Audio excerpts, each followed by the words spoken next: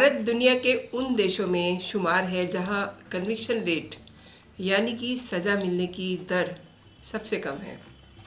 IPC के तहत आने वाले अपराधों में सज़ा मिलने की दर मात्र 40% है और हैरानी इस बात की है कि भारत में कन्विक्शन रेट लगातार कम हो रहा है। अगर 2016 की बात करूं तो गंभीर अपराधों में सज़ा मिलने वालों की जो दर थी वो 46% थी, जिसमें अब करीब 5 से 6% की कमी आ चुकी है।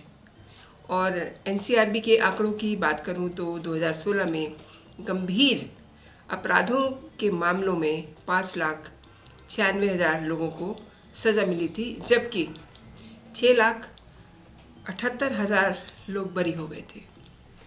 दोस्तों, मैं हूं मनविंदर और मेरे चैनल पे आप सभी लोगों का बहुत बहुत स्वागत है। सभी का मैं खैर मकदम करती हूँ हमेशा की तरह, और एक गुजारिश भी करती हूँ, पूरी वीडियो देखिएगा तभी आप समझ पाएंगे कि मैं क्या कहना चाह रही हूँ। वीडियो अगर आपको पसंद आए तो आप इसे लाइक ज़रूर कीजिएगा।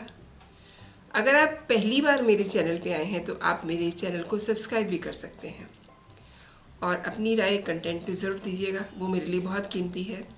तो दोस्तों, अभी जो आंकड़े मैंने आपके सामने रखे हैं कि कैसे लोग सज़ा पाते हैं और कैसे वो बरी होते हैं, इनमें जो इसका आधार होता है बड़ा सॉलिड होता है।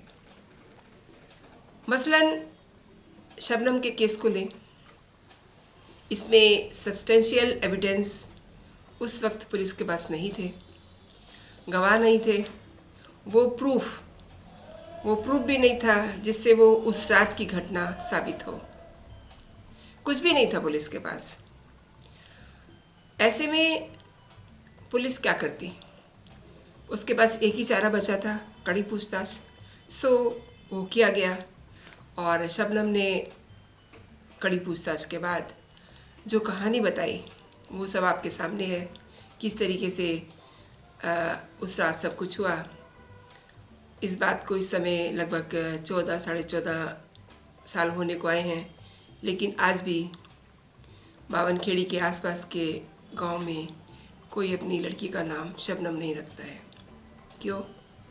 क्योंकि ऐसी कहानी शबनम ने पुलिस को बताई कि शबनम रातों रात भारत ही नहीं पूरी दुनिया में सुर्खी बन गई। अब ये कहानी जो बहुत कड़ी पूछताछ के दौरान शबनम ने बताई, ये भी अपने आप में बहुत मायने रखती है कि उसने क्या बताया। पुलिस की मार के बाद आदमी जो चाहे वो कह सकता है, और उस रात जब कड़ी पूछताछ की गई तो क्या क्या बातें शबनम ने बताई, क्या उसमें सच था। वो कहते हैं ना कि कई बार सच कल्पना से ज़्यादा अविश्वसनीय हो जाता है। और जो शबनम ने कहानी बताई वो कहानी किसी को भी विश्वास नहीं आ रहा था, लेकिन वो कहानी थी तो थी। और अब मैं आती हूँ कि मीडिया के सामने जब शबनम को लाया गया तो मीडिया ने उससे ये सवाल किया। तो सवाल ये था कि ऐसा काम उसने क्यों किया अपने माता पिता के साथ। वो अपने माता पिता की, अपने पिता शौकत अली की, मस्त शौकत अली की प्रिंसेस थी, तो ये सब करने की उसे क्या ज़रूरत पड़ गई।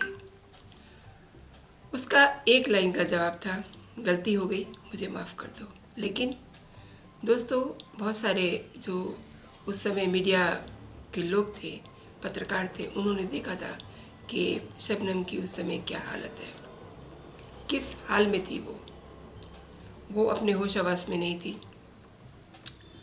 और मैं फिर आपको बता रही हूँ कि पुलिस की जो पूछताछ है वो किसी से छिपी हुई नहीं है। हालांकि शबनम के मामले में, अमरोहा केस के मामले में जो इन्वेस्टिगेशन ऑफिसर रहे हैं गुप्ता जी, काफ़ी सुलझे हुए व्यक्ति हैं, बहुत सुलझे हुए अधिकारी हैं। लेकिन ये सब कहानी उन्होंने शबनम से तब सुनी जब उनके अधीनस्थों ने कड़ी कार्रवाई करके उसे पूछताछ की।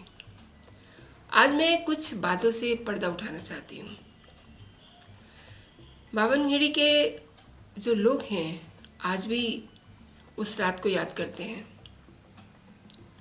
जब आधी रात को कुछ लोग आए और धड़ाम से कुछ गिरने की आवाज़ तालाब में आती है, जैसा कि उस तालाब में कोई लोहे की चीज़ फेंकी गई हो।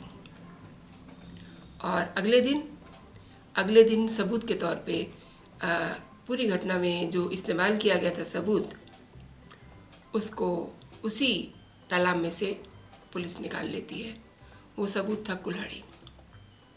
एक बात और मैं आपसे कहना चाहती हूँ कि रैपर को, जिसे नशे का रैपर कहा जा रहा था, जिससे पूरे परिवार को सुलाने की बात कही जा रही थी, उस मेडिकल स्टोर पे पुलिस ने कोई कार्रवाई नहीं की, क्योंकि नियम ये कहता है कि आप कुछ जो दवाइयाँ होती हैं उनको आप बिना किसी प्रिस्क्रिप्शन के नहीं दे सकते। खैर, केस सॉल्व होने से पहले ही सीएम हाउस को लखनऊ में ये बता दिया गया था कि केस सॉल्व हो चुका है। लिहाजा सीएम जब आने वाली होती है तो उससे पहले केस को सॉल्व तो करना ही था। और एक आखिरी बात जो आपको भी अंदर से कहीं ना कहीं कचोटेगी, शबनम को लोअर कोर्ट में एक वकील भी मुहैया नहीं करवाया गया, और जो जजमेंट लोअर कोर्ट का था वही अपर कोर्ट का रहा, वही आगे चल के सुप्रीम कोर्ट का भी रहा। हालांकि अपर कोर्ट और सुप्रीम कोर्ट में उसको न्याय मित्र ज़रूर मिला, लेकिन आप समझते हैं कि न्याय मित्र कितना ख्याल करते हैं, कितना पेन लेते हैं किसी भी केस के लिए। तो अगली बात मैं फिर अगली वीडियो में करूँगी, लेकिन हाँ, ये ज़रूर जानना चाहूँगी कि ये कंटेंट आपको कैसा लगा। फिर मिलती हूँ आपसे किसी नई कहानी के साथ। तब तक आप अपना और अपनों का ख्याल रखिए। जय हिंद, जय भारत।